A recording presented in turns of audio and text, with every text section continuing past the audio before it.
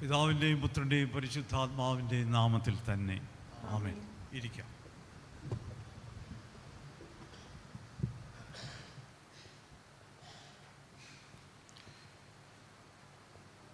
ദൈവതിരുനാമത്തിന് മഹത്വമുണ്ടാകട്ടെ. ഏതാനും വാക്യങ്ങൾ ആമുഖമായി ഇംഗ്ലീഷിൽ ഞാൻ പറയട്ടെ.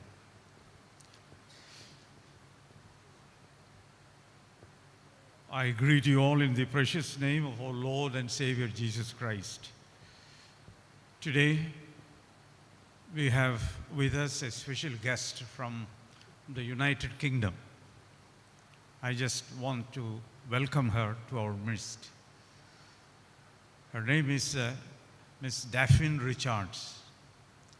I met her in 2008 when I attended the Lambeth Conference. Daphne was a volunteer there at the Cathedral, Chichester Cathedral, UK. You may know that Chichester Cathedral in London is a huge cathedral. She serves as a volunteer elder of the parish of the cathedral. There are so many visitors every day, so she takes care of the visitors and takes them around the cathedral to tell them all about the history and the importance of the cathedral. She traveled all the way from UK to Tiruvalla to wish me happy birthday on my birthday yesterday. And I invited her to attend this church. This is my home parish, I told her. She is sitting in the front, and after this service, she will be going back to Kottayam. She will see our diocesan bishop and also attend the inaugural meeting of the diocesan convention. I personally welcome Daphne Richards to this congregation, and I hope everyone will get a chance to meet you and talk to you. Thank you, Daphne, for your visit. വിശുദ്ധ യോഹന്നാൻ എഴുതിയ സുവിശേഷം 10-ാം അധ്യായം 14 മുതലുള്ള ഏതാനും വാക്യങ്ങൾ. ഞാൻ നല്ല ഇടയൻ, പിതാവ് എന്നെ അറിയുകയും ഞാൻ പിതാവിനെ അറിയുകയും ചെയ്യുന്നത് പോലെ ഞാൻ എനിക്കുള്ളവയെ അറിയുകയും എനിക്കുള്ളവ എന്നെ അറിയുകയും ചെയ്യുന്നു. ആടുകൾക്ക് വേണ്ടി ഞാൻ എൻ്റെ ജീവനെ കൊടുക്കുന്നു. ഈ തൊഴുത്തിൽ ഉൾപ്പെടാത്ത വേറെ ആടുകൾ എനിക്കുണ്ട്, അവയും ഞാൻ നടത്തേണ്ടതാകുന്നു. അവ എൻ്റെ ശബ്ദം കേൾക്കും. ഒരാട്ടിൻ കൂട്ടവും ഒരിടയനും ആകും. One shepherd, one flock. നിങ്ങൾക്കറിയുള്ളതുപോലെ ഇത് സഭയ്ക്ക് വാരമാണ്, യൂണിറ്റി ഒക്ടേവ്. ഈ ദിവസങ്ങളിൽ എല്ലാ പള്ളികളിലും ഐക്യ ആരാധന നടക്കുന്ന ദിവസങ്ങളാണ്. നമ്മുടെ ഈ പള്ളിയിലും കഴിഞ്ഞ ദിവസം അങ്ങനെ ഒരു ആരാധന ഉണ്ടായിരുന്നു.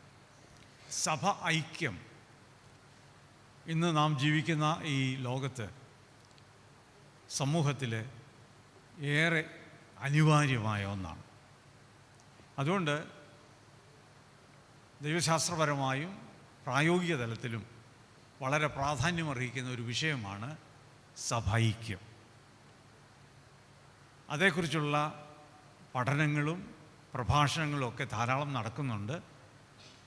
എന്നാൽ പഠനങ്ങളും പ്രഭാഷണങ്ങളും ഒക്കെ നടത്തുവാൻ വളരെ എളുപ്പമാണ്.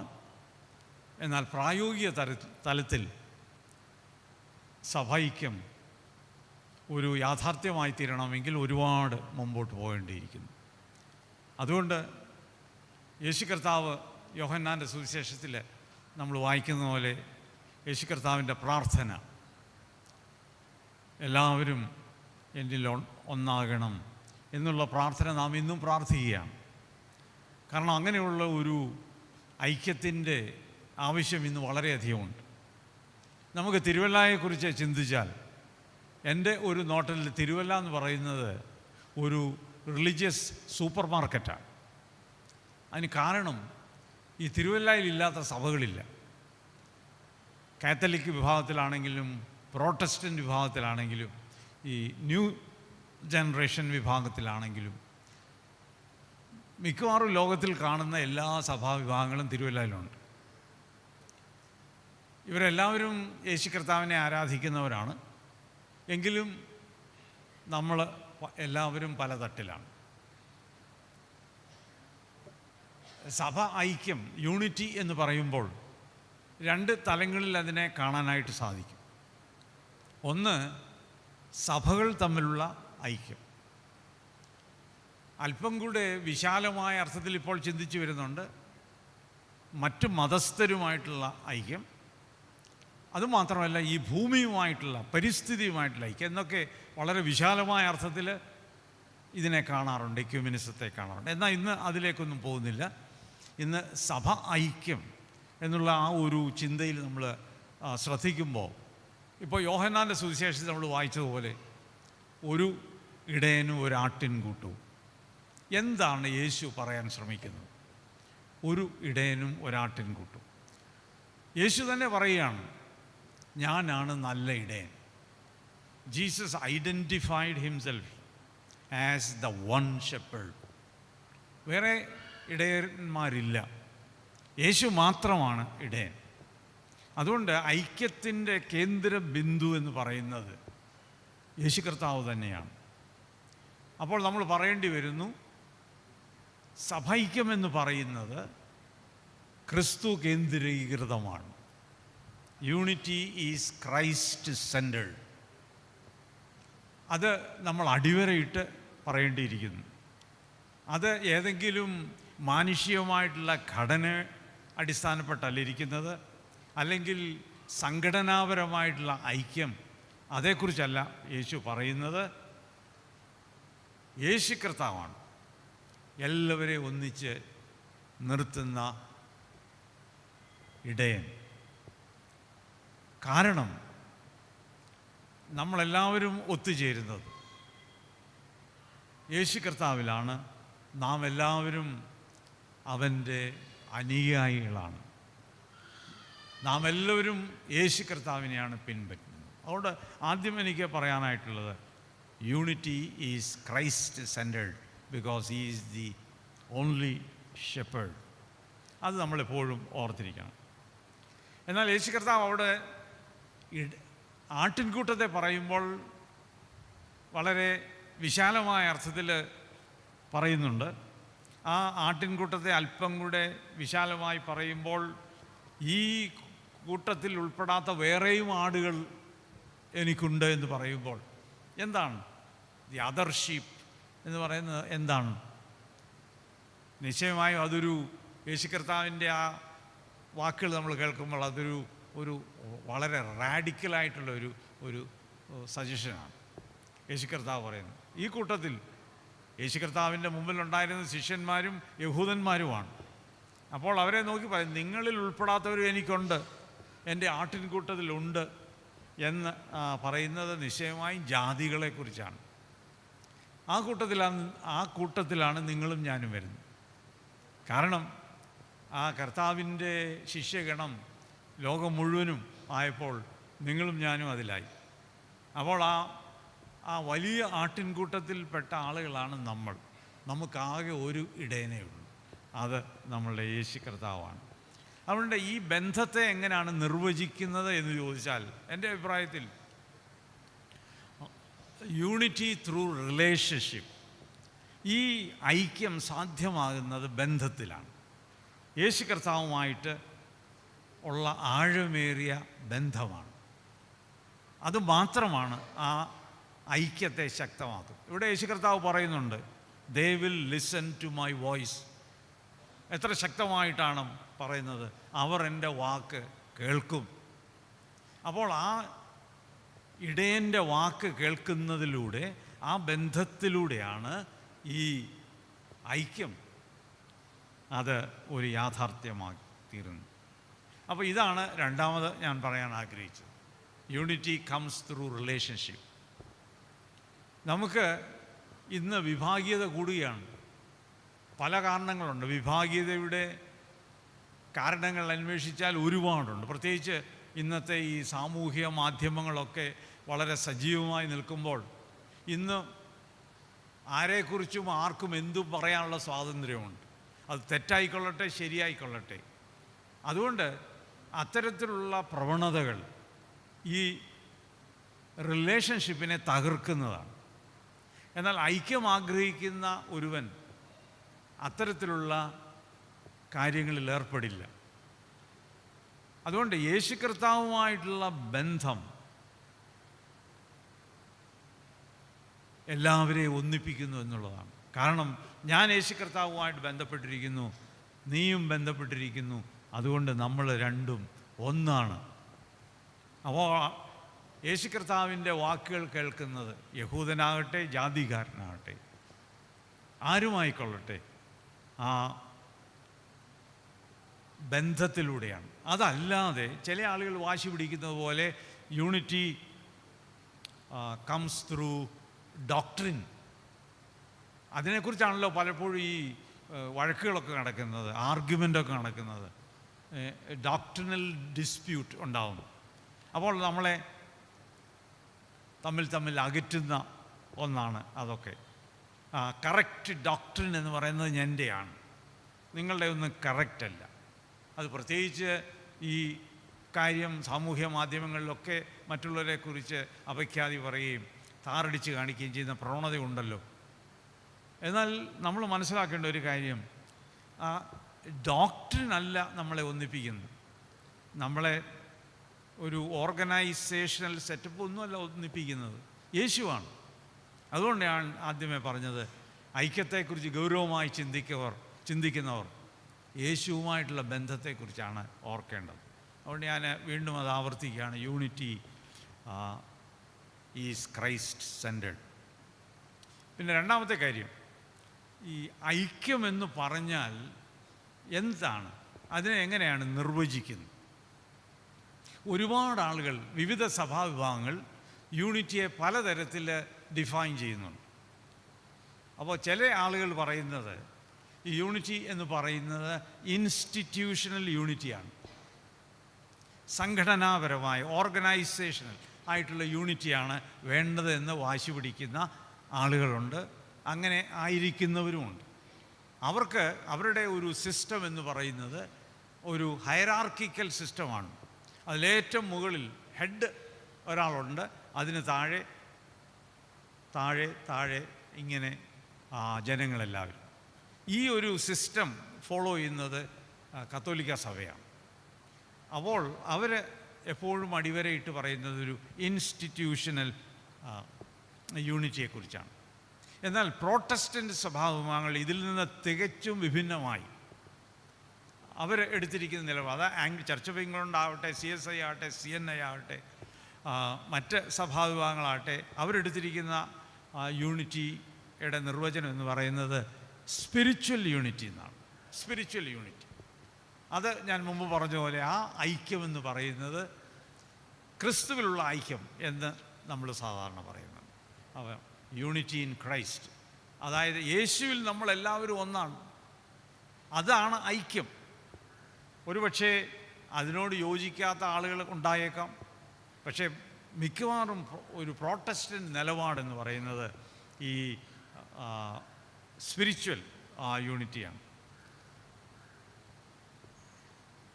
അപ്പോൾ നമ്മൾ ഓർത്തിരിക്കേണ്ട ഒരു കാര്യം, ഈ നമ്മൾ സാധാരണ പറയുന്ന ഒരു കാര്യമുണ്ട്, യൂണിറ്റി മസ്റ്റ് ബി വിസിബിൾ. അത് നമ്മൾ ഗൗരവമായി ഒന്ന് ആലോചിക്കേണ്ട കാര്യമാണ്. എന്നാൽ പ്രോട്ടസ്റ്റൻ്റ് സഭാവിഭാഗങ്ങൾ ഈ വിസിബിൾ യൂണിറ്റിയെക്കുറിച്ച് അധികം അതിന് ബലം കൊടുക്കുന്നില്ല. അത് പറയുന്നത് visible unity is not essential എന്ന് പറയുന്ന ഒരുപാട് ആളുകളുണ്ട് പ്രോട്ടസ്റ്റൻ്റ്. നമുക്കിങ്ങനെയൊക്കെ നിന്നാൽ മതി, നിങ്ങളവിടെ ആരാധിക്കുന്നു, ഞാനിവിടെ ആരാധിക്കുന്നു, നമ്മളോരോ കാര്യം ചെയ്യുന്നു, എല്ലാം നല്ല കാര്യമാണ്. നമ്മൾ ഒന്നായിട്ട് ഒരു ഹെഡിൻ്റെ കീഴിൽ വന്ന് ഒരു സംഘടനയായിട്ട് തീർന്ന് നമ്മൾ അങ്ങനെ പോകേണ്ട കാര്യമില്ല. എന്ന് പറഞ്ഞ പോലെ ഇൻസ്റ്റിറ്റ്യൂഷണൽ യൂണിറ്റി അല്ല, മറിച്ച് നമുക്ക് വേണ്ടത് സ്പിരിച്വൽ യൂണിറ്റിയാണ്. അപ്പോൾ ഇതിലും അഭിപ്രായ വ്യത്യാസമുണ്ട്. അതുകൊണ്ടാണ് ഞാൻ ആദ്യമേ സൂചിപ്പിച്ചത്, സഭൈക്യത്തെക്കുറിച്ച് പറയാൻ എളുപ്പമാണ്, അല്ലെങ്കിൽ വിവരിക്കാൻ എളുപ്പമാണ്, നിലപാടെടുക്കാൻ പ്രയാസമാണ്, പ്രായോഗികമായിട്ട് ഏറെ പ്രയാസമുള്ള കാര്യമാണ്. മൂന്നാമത്തെ ഒരു നിലപാട് വേദപുസ്തകത്തിൻ്റെ അടിസ്ഥാനത്തിൽ നമ്മൾ പറയുന്നത് എസ്കറ്റോളജിക്കൽ യൂണിറ്റി. അതായത് ഇവിടെ വിശ്വാസ സമൂഹം ഇങ്ങനെ പല വിഭാഗങ്ങളായിട്ട് തിരിഞ്ഞിരിക്കുന്നു. എന്നാൽ അന്ത്യകാലത്ത് ദൈവരാജ്യം സ്ഥാപിതമാകുമ്പോൾ നമ്മളെല്ലാവരും ഒന്നായിത്തീരും എന്ന് പറയുന്ന ആ വരും കാലത്തെക്കുറിച്ചുള്ള പ്രത്യാശയിൽ ഊന്നൽ കൊടുക്കുന്ന ആളുകൾ, എസ്കറ്റോളജി, ഈ സ്വർഗരാജ്യം യാഥാർത്ഥ്യമായി തീരുമ്പോൾ നമ്മളെല്ലാവരും ഒന്നാകും, അന്നൊന്നായാൽ മതി, ഇന്നതിൻ്റെ ആവശ്യമില്ല എന്തൊക്കെ പിടിവാശി പറയുന്ന ആളുകളുണ്ടാവണം. അവരുടെ എംഫസിസ് എന്ന് പറയുന്നത് ഫ്യൂച്ചർ കിങ്ഡം, ഭാവിയിൽ അങ്ങനെ മതി. നാലാമത് ഒരെണ്ണം സാധാരണ നമ്മൾ പറഞ്ഞു കേൾക്കുന്നതാണ് യൂണിറ്റി ഇൻ ഡിവേഴ്സിറ്റി, വൈവിധ്യത്തിൽ ഏകത്വം. അതിനെപ്പോഴും പറയുന്ന ഒരു കാര്യം, ദൈവത്തിൻ്റെ പൂന്തോട്ടത്തിൽ അനേകം സുന്ദരമായ പൂക്കളുണ്ട്, അതെല്ലാം വളരട്ടെ, ഇതെല്ലാം ദൈവത്തിൻ്റെ പൂന്തോട്ടമാണ് എന്ന് നമ്മൾ സാധാരണ പറയും. അത് സ്വീകാര്യമായിരിക്കുന്ന ഒരുപാട് ആളുകളുണ്ട്. അതുകൊണ്ട് ഒരു സഭയിൽ തന്നെ പല ട്രഡീഷൻസ് ഉണ്ട്, പല ലിറ്റർജി ഉണ്ട്, പല ഫെയ്ത്ത് സ്റ്റേറ്റ്മെൻ്റ് ഉണ്ട്, പല നിലപാടുകളുണ്ട്, പല നയങ്ങളുണ്ട്, പല വേഷങ്ങളുണ്ട്, പല ഭാഷകളുണ്ട്, പല ആചാരങ്ങളുണ്ട്. ചില ആളുകൾ പാട്ട് പാടുമ്പോൾ എഴുന്നേൽക്കുന്നു, ചിലർ ഇരിക്കുന്നു, ചിലപ്പോൾ അത് കിഴക്കോട്ട് തിരിഞ്ഞ് നിൽക്കുന്നു, ചിലർ പടിഞ്ഞാറ് നിൽക്കുന്നു. ഒരുപാട് വൈവിധ്യമുണ്ട്, പ്രത്യേകിച്ച് നമ്മുടെ നാട്ടിൽ. അതിൽ ആ വൈവിധ്യം തന്നെ ഒരു ഏകത്വമായിട്ട് കാണാനായിട്ട് അതൊരു മോശമായിട്ടുള്ള കാര്യമല്ല, അതൊരു നല്ല കാര്യമാണ്. കാരണം എല്ലാവരും യേശുവിനെയാണല്ലോ ആരാധിക്കുന്നത്. എന്നാൽ ഒരു കാര്യം കൂടെ ഓർപ്പിക്കാൻ ആഗ്രഹിച്ചത്, നമ്മളെല്ലാം യുണൈറ്റഡ് ചർച്ചാണ്. CSIയെ കുറിച്ച് പറയുന്നത്, CSI ഈസ് എ മിറക്കിൾ. കാരണം നമ്മുടെ യൂണിയൻ എന്ന് പറയുന്ന ഓർഗാനിക് യൂണിയനാണ്. എല്ലാ സഭകളും ഞാൻ ആദ്യം പറഞ്ഞ പോലെ ഒന്നായിട്ട് അന്യോന്യം മേർജ് ചെയ്ത് ഒറ്റ സഭയായിത്തീർന്നു. അതിൻ്റെ അംഗങ്ങളാണ് നമ്മൾ. അതുകൊണ്ട് അത് നടക്കത്തില്ല എന്ന് നമുക്ക് പറയാൻ സാധിക്കത്തില്ല. എന്നാൽ ചില ആളുകൾ പറയുന്നത് ഇത് ഇനിയും നടക്കാൻ സാധ്യതയില്ല, CSIയിൽ അങ്ങനെ സംഭവിച്ചു പോയി. നമ്മുടെ ആംഗ്ലിക്കൻ ബാക്ക്ഗ്രൗണ്ടും പ്രസ്ബിറ്റീരിയൻ ബാക്ക്ഗ്രൗണ്ടും കോൺഗ്രിഗേഷണൽ ബാക്ക്ഗ്രൗണ്ടും എല്ലാം ഒന്നിച്ച് ചേർന്ന് നമ്മൾ ഒറ്റ സഭയായിത്തീർന്നു. അപ്പോൾ അങ്ങനെ ഒരു പോസിബിലിറ്റി ഇനിയും ഉണ്ടാകാൻ വലിയ പ്രയാസമാണ് എന്നൊക്കെ പറയുന്ന ആളുകളുണ്ട്. അതുകൊണ്ട് നമ്മുടെ യൂണിയനെക്കുറിച്ച് അല്ലെങ്കിൽ യൂണിറ്റിയെക്കുറിച്ച് പറഞ്ഞാൽ നമ്മൾ ഉപയോഗിക്കുന്ന ചില വാക്കുകളുണ്ട്. ഇതെല്ലാം വാക്കുകളുടെ പ്രയോഗങ്ങളാണല്ലോ. നമ്മൾ ആദ്യം പറഞ്ഞത് കൺസീലിയർ യൂണിറ്റി എന്ന് പറഞ്ഞാൽ ഓരോ സഭയുടെ കൗൺസിൽസൊക്കെ ചേർന്ന് അവർ തമ്മിലൊരു അണ്ടർസ്റ്റാൻഡിങ്, കൺസീലിയർ. രണ്ടാമത് അത് കഴിഞ്ഞ് പിന്നെ പറഞ്ഞത് CSI മാർത്തോമ CNI സഭയുടെ ഐക്യത്തെക്കുറിച്ച് പറഞ്ഞപ്പോൾ പറഞ്ഞു communion of saints, communion of churches. അപ്പോൾ ആ വാക്ക് ഉപയോഗിച്ചുകൊണ്ട് നമ്മൾ പറയുകയാണ് എല്ലാവരും നമ്മുടെ ഇതൊരു സഭകളുടെ ഒരു നല്ല കൂട്ടായ്മയാണ്. അപ്പോൾ ഞാൻ പറയാൻ ശ്രമിച്ചത്, ഈ യൂണിറ്റിക്ക് ഒരുപാട് നിർവചനങ്ങൾ കൊടുക്കുന്നുണ്ട്. ഇപ്പോൾ ഈ കാലത്ത് അതിലും പുതിയ നിർവചനങ്ങൾ വരുന്നുണ്ട്. യൂണിറ്റി എന്ന് പറയുന്നത് കോഓപ്പറേഷനാണ്, കൊളാബറേഷനാണ്. ഈ വാക്കുകളൊക്കെ ഇപ്പോഴും ഉപയോഗിക്കുന്നുണ്ട്. ഏതായിരുന്നാലും അതിൻ്റെ ഒരു തർക്കത്തിലേക്കോ ചർച്ചയിലേക്കോ ഞാൻ പോകുന്നില്ല. പക്ഷെങ്കിൽ സഭയ്ക്ക് ഞാൻ ആദ്യമേ സൂചിപ്പിച്ചതുപോലെ ഇത് വളരെ ബുദ്ധിമുട്ടുള്ളൊരു കാര്യമാണ്. കാരണം എന്താണെന്ന് ചോദിച്ചാൽ, എൻ്റെ ഒരു വീക്ഷണത്തിൽ ഇതിൻ്റെ അകത്ത് നമ്മുടെ നാട്ടിൽ ഇതിൻ്റെ അകത്ത് എത്രമാത്രം ആത്മീയതയുണ്ടെന്നുള്ളൊരു വലിയ ചോദ്യചിഹ്നമാണ്.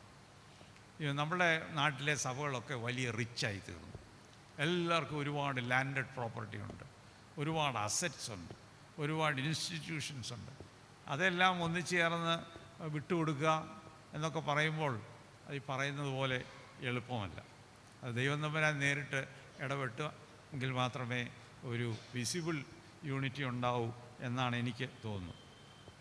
ഏതായിരുന്നാലും ഒടുവിൽ പറയാനായിട്ടുള്ളത്, നമ്മൾ യൂണിറ്റി ആഗ്രഹിക്കുന്നു. നമ്മൾ യൂണിറ്റി ആഗ്രഹിക്കുന്നതിൽ പ്രത്യേകിച്ച് നമ്മുടെ ഇന്ത്യയിൽ ഇപ്പോൾ നമ്മൾ കേൾക്കുന്നുണ്ട് ഒരുപാട് പെർസിക്യൂഷനൊക്കെ നടക്കുന്നു. ക്രൈസ്തവ സഭയ്ക്ക് എതിരായിട്ടുള്ള തീരുമാനങ്ങൾ ഉണ്ടാവുന്നു. ഇപ്പോൾ മുസ്ലിങ്ങളുടെ വഖഫ് ബോർഡിനെ പോലെ ക്രൈസ്തവരുടെ എല്ലാം കൂടെ ചേർത്ത് ഒരു ബോർഡ് സെൻട്രൽ ഗവൺമെൻറ് രൂപീകരിക്കണം, ഇതൊക്കെ ഗവൺമെൻറ്റിൻ്റെ ആസ്തികളാക്കി മാറ്റണം എന്നൊക്കെയുള്ള സഭയോടുള്ള ഒരു എതിർപ്പ് ഇന്ന് ഇന്ത്യയിലെ പല ഭാഗത്തും ഉണ്ട് എന്നുള്ളൊരു വാസ്തവമാണ്. നമ്മുടെ വിദ്യാഭ്യാസ സ്ഥാപനങ്ങൾക്കെതിരായിട്ട് സർക്കാർ സ്വീകരിച്ചിരിക്കുന്ന നിലപാടുകൾ എല്ലാം പ്രശ്നമാണ്. അപ്പോൾ നമുക്ക് യൂണിറ്റി നിശ്ചയമായി വേണം. അപ്പോൾ നമുക്ക് ഒന്നിച്ച് ചേരാവുന്ന ഒരുപാട് മേഖലകളുണ്ട് എന്നുള്ളത് നാം മറക്കരുത്. നമ്മളുടെ ചർച്ചകളും തീരുമാനങ്ങളൊക്കെ വളരെ മുമ്പിലാണ്. സഭയ്ക്ക് ആരാധനയിലൊക്കെ നമ്മൾ അത് പ്രകടിപ്പിക്കുന്നുണ്ട്. എന്നാൽ പലപ്പോഴും നമ്മൾ പിന്നിലാണ്. നമുക്ക് ഇപ്പോൾ ഉദാഹരണം പറയുകയാണെങ്കിൽ, ചില സ്ഥലങ്ങളിൽ യുണൈറ്റഡ് VBS ഉണ്ട്, എല്ലാ സഭകളും ചേർന്നുള്ള VBS നടത്തുന്നുണ്ട്. അല്ലെങ്കിൽ ചിലയിടത്ത് യുണൈറ്റഡ് ക്രിസ്മസ് നടത്തുന്നുണ്ട്. പണ്ട് തിരുവല്ലയിലൊക്കെ നടത്തിയിരുന്നു യുണൈറ്റഡ് ക്രിസ്മസ്. ഇപ്പോൾ അങ്ങനെ ഒരു കാര്യം കേൾക്കാനേ ഇല്ല. അതുപോലെ തന്നെ കൺവെൻഷൻസ്, ഈ തിരുവല്ലയിൽ തന്നെ എന്തുമാത്രം കൺവെൻഷൻ, എല്ലാവരും പ്രസംഗിക്കുന്ന യേശുവിനെയാണ്. പക്ഷേ എന്തുകൊണ്ട് എല്ലാ സഭകളും ചേർന്നൊരു കൺവെൻഷൻ നടത്തുന്നില്ല? ഓരോ സഭയ്ക്കും അവരുടേതായിട്ടുള്ള കൺവെൻഷനുണ്ട്. അപ്പോൾ എല്ലാം യേശു കർത്താവിനെ പ്രസംഗിക്കുന്നെങ്കിൽ ഈ യൂണിറ്റി ഒന്ന് വിസിബിൾ ആക്കാനായിട്ട് ഇതൊരു സാധ്യതയല്ലേ എന്ന് സ്വയം ചിന്തിക്കണമെന്ന് എനിക്ക് തോന്നുന്നു. എന്നാൽ ഒരു കാര്യം ഇപ്പോൾ നമുക്ക് നഷ്ടമായിരിക്കുന്നത്, സഭയായിട്ട് നഷ്ടമായിരിക്കുന്നത്, പണ്ട് യൂണിറ്റി സൺഡേയിൽ പുൽപിറ്റ് എക്സ്ചേഞ്ച് ഉണ്ടായിരുന്നു. ഇപ്പം ഞാൻ ഇന്നിവിടെ ഇന്ന് പ്രസംഗിക്കുന്നു, ഇന്ന് വാസ്തവത്തിൽ വേറൊരു സഭയിലെ ഒരു അച്ഛൻ വന്ന് പ്രസംഗിക്കുകയാണെങ്കിൽ അതിനാണ് നമ്മൾ പറയുന്നത് ഒരു പുൽപിറ്റ് എക്സ്ചേഞ്ച്. ഇവിടുത്തെ ഒരു CSI ഒരു മാർത്തോമായ ഇവിടെ വരികയോ അല്ല വേറെ ഏതെങ്കിലും സഭയിൽ പോകും. അത് ഇന്ന് നിന്നുപോയി. ഇന്ന് പലപ്പോഴും അത് കാണുന്നില്ല. ഞാൻ പറയാൻ ആഗ്രഹിച്ചത്, ഒരുപാട് പോസിബിലിറ്റി ഉണ്ട് ഈ ഐക്യത്തിൽ മുമ്പോട്ട് പോകാൻ. പക്ഷേ നമ്മൾ ഇന്ന് അതിന് താല്പര്യപ്പെടുന്നില്ല എന്നുള്ളതാണ്. അതുകൊണ്ട് ഇത് നമ്മുടെ മുമ്പിലുള്ളൊരു ചലഞ്ചാണ്. നമ്മൾ സഭ ഐക്യത്തിന് വേണ്ടി പ്രാർത്ഥിക്കും. ഞാൻ നല്ല ഇടയനാണ്, എല്ലാവരും എൻ്റെ ആട്ടിൻകൂട്ടത്തിൽ പെട്ടവരാണ്, നമ്മളത് വിശ്വസിക്കുന്നു, എപ്പോഴും പറയുന്നു, പ്രാർത്ഥിക്കുന്നു, 1 shepherd 1 flock. പക്ഷേ അങ്ങനെ ആയിത്തീരാനായിട്ട് എത്ര പേർക്ക് ആഗ്രഹമുണ്ട്, എത്ര സഭയ്ക്ക് ആഗ്രഹമുണ്ട് എന്നുള്ളത് നമ്മുടെ മുമ്പിലുള്ള വലിയ ഒരു ചോദ്യചിഹ്നമാണ്. ഏതായിരുന്നാലും കർത്താവിൻ്റെ പ്രാർത്ഥനകളുണ്ട് എല്ലാവരും ഒന്നാകുമെന്ന്. അത് സാധിക്കുമെന്നുള്ളതിന് യാതൊരു തർക്കവുമില്ല. കാരണം ഇത് കർത്താവ് ആഗ്രഹിച്ചതാണ്, കർത്താവിൻ്റെ പ്രാർത്ഥനയാണ്, അതൊരു യാഥാർത്ഥ്യമായി തീരും. അപ്പോൾ അതിന് നമ്മൾ എന്താണ് ചെയ്യുന്നതെന്ന് നമ്മളെ തന്നെ ഒന്ന് ചിന്തിക്കുവാൻ, പരിശോധിക്കുവാൻ ദൈവം സഹായിക്കട്ടെ എന്ന് പ്രാർത്ഥിച്ചുകൊണ്ട് ഞാൻ എൻ്റെ വാക്കുകളെ ഉപസംഹരിക്കുന്നു. ഇപ്പോൾ പിതാവായ ദൈവത്തിനും പുത്രനായ ദൈവത്തിനും പരിശുദ്ധാത്മാവായ സകല ബഹുമാനവും മഹത്വവും കാലാവസാനം കൂടാതെ ഉണ്ടായിരിക്കട്ടെ. ആമേൻ.